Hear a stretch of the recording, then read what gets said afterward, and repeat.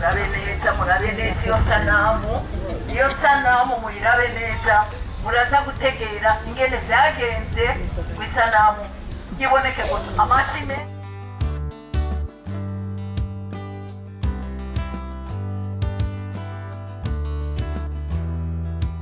Et nous sommes en contact direct avec l'environnement, une raison pour laquelle nous avons été invités à cet atelier de sensibilisation sur la bonne gestion des déchets.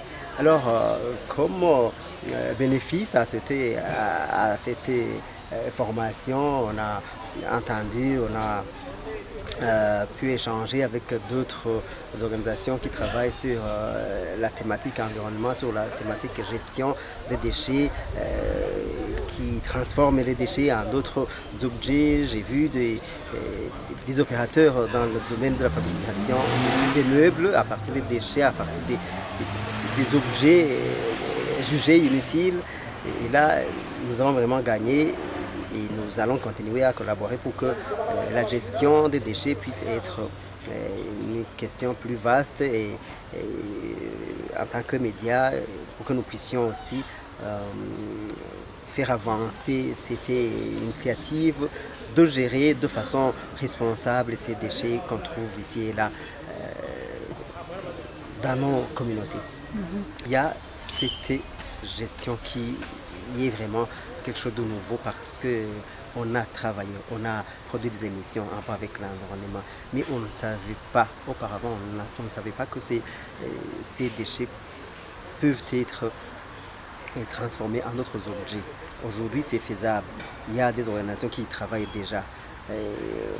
Au départ, on faisait des émissions qui rappelle la protection du lac, la protection des rivières, des objets qui peuvent être transformés à base des déchets. Aujourd'hui, il y a cette volonté de la plus haute autorité du pays, il y a cette volonté du gouvernement, il y a cette volonté des pouvoirs publics qui invite, qui incite à la bonne gestion des déchets, à la salubrité dans les ménages, partout, dans les lieux de travail.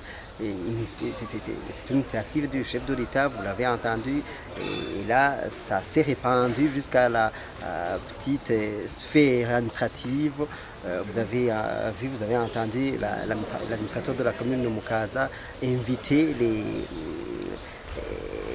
les habitants de Mukaza à pouvoir faire la salubrité, la sienne.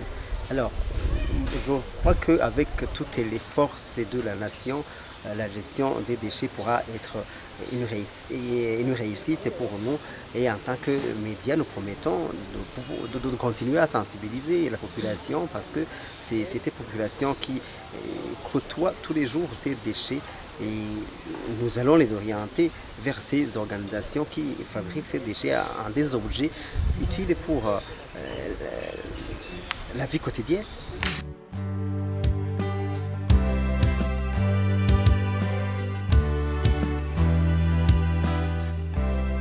Tout d'abord, l'Action Écocirque, elle cherche à appuyer toute personne qui travaille de près ou de loin dans l'économie circulaire et plus précisément avec les déchets.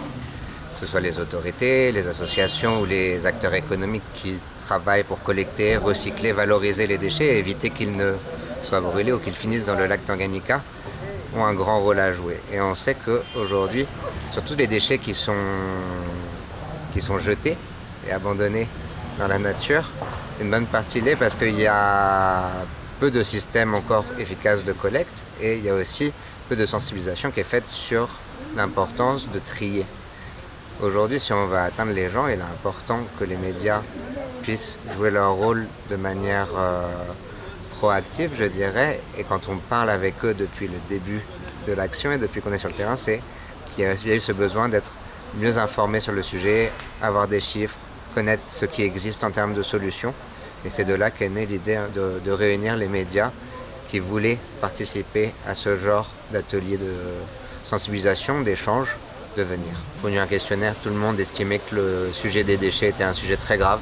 Donc sur 70 journalistes, tous ont répondu que le sujet des déchets était très important. Donc l'idée c'était plutôt d'essayer de faire du lien entre la connaissance que beaucoup de déchets sont produits à Bujumbura, mais qu'aussi à Bujumbura, il y a des gens qui existent, qui utilisent ces déchets comme des matières premières, qui recyclent, et que du coup, le plus de matières premières, le plus de déchets sont recyclés, le moins finissent dans le lac Tanganyika. Ils sont engagés, les médias environnementalistes, les femmes journalistes sont des journalistes engagés. Et en tout cas, nous, on sera toujours là pour mettre en contact avec des recycleurs, pour faciliter la communication avec les acteurs de terrain que nous avons eu la chance de rencontrer depuis 1 an et demi maintenant. Ils connaissent leur métier mieux que moi. Nous, ce qu'on espère, en tout cas, c'est qu'ils prendront contact avec toutes les initiatives qu'ils ont vues aujourd'hui. On a parlé de compostage grâce aux mouches soldats noirs, on a parlé de lombricompost, on a parlé de meubles fabriqués à base de carton recyclé, on a parlé de collecte de plastique. Donc nous, ce qu'on espère, c'est que ça va leur donner envie d'aller sur le terrain, d'aller rencontrer, de passer du temps avec ces entrepreneurs, de porter leur voix. On avait aussi le directeur de l'environnement qui était là, qui a expliqué l'état des lieux sur le plan législatif, sur les initiatives en cours au niveau du ministère. L'idée, c'est que les médias puissent s'emparer du sujet et donner la parole et relayer à la fois les risques, mais aussi les bonnes nouvelles.